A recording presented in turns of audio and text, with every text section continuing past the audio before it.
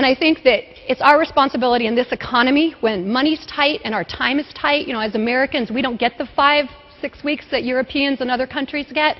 We have to pick the right trip.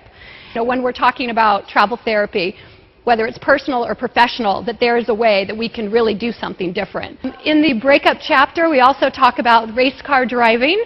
Perfect for some people. We always say leave the X in the dust, but again, it's the idea of doing something empowering. And now if you're kind of a mellow person and you want to lick your wounds and heal, of course a spa, which you have many of here in Orlando. And I think the key of travel therapy, it's not one-stop shopping.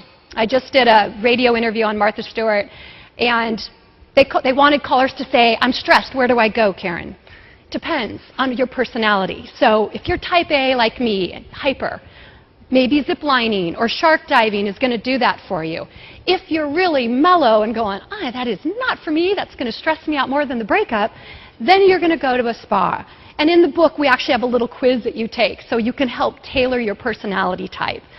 I also talk about, in the book, something we can all deal with here, stress.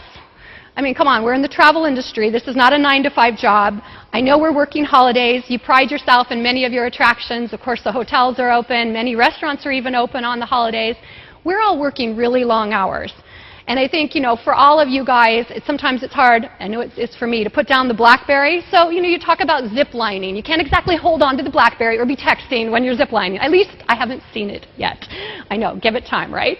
Now, if your job is like a zip line and it's stressful, and this is what you need. You need the, Now, this is kind of my favorite travel therapy shot. This is actually a fellow journalist who had lost her luggage on a trip. And the CVB got her a cute little outfit, so she had something to wear besides her jeans. And she was standing out on the end of this beautiful boat we were on for a little press trip. And she was just like, because she was a New Yorker and kind of stressed. She's like, and I snapped that picture. And I just think, the colors, everything about it, her whole demeanor changed by putting on that, little outfit and just kind of taking a breath. Also, this is a shot I took in Switzerland. Whether you're suggesting it for a guest or for you yourself with travel therapy, it's hard to be really stressed out or annoyed when you're surrounded by beautiful scenery. I mentioned I always wanted to go to Africa since I was about 12. Could never go in the TV industry I worked in because I could only get those 5 days off. First thing I did when I quit my job and went, oh my gosh, second thing, first thing was, oh my gosh, what am I going to do? I booked a trip to Africa to volunteer. And this was taken in Malawi, and I found a group called Ambassadors for Children, and I met up with them there. You do several weeks at the orphanage, and then they believe in taking you out into the community to understand the culture. And at first I was like, I don't care about the culture. I do, but I want to help the kids. I don't want to go on a safari. And they said the only way to understand and help these kids is to understand where they're from and to understand who they are, because then you go back and you help the children some more. This was an absolute life-changing trip. The someday trips are when you have these great, fantastic places that you say, someday, I'm going to go there, someday.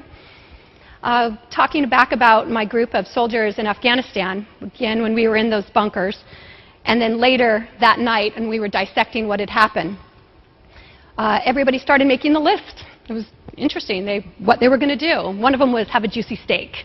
One of them was going to, get engaged because he hadn't been asking his girlfriend. A lot of them, there were trips. They're someday trips they were going to do. And one of the soldiers promised me, he said, make sure that you take a trip, Karen, because they knew that I didn't travel a lot. And they said, make sure you take a trip. I'm like, oh, yeah, I will. Yeah, of course, I'm going to do it. He made me write it down. And I said, of course. And he goes, life is short. He goes, one thing you can learn from soldiers, and I'm sure many of you, almost everyone in this room knows, if not personally, someone that knows someone, and they'll tell you this firsthand, is that there's not always a someday in their lives. And so, if you guys have trips out there, you're busy, it's important what you're doing, but you got to make time for yourselves. And you got to make that trip possible. My someday trip was Africa. After I worked at the orphanage, I went to South Africa and did a safari. The obvious, I love this because, they tell you when you're in the Jeep not to move, because if you move out of the line of a Jeep, then the elephant can see you. And again, it's that moment where I'm taking the picture, I'm thinking, this guy's kind of close. It's like, but my someday trip, I just kept thinking of the soldiers saying, I'm finally doing it, I'm here. And it kind of gave me the strength to do what I'm doing now when you hear that big long list of things I'm doing. My book is called Travel Therapy, Where Do You Need to Go? So I really encourage you all today to take just a second and think, where do you need to go? And then take the time and do it, because you all deserve it.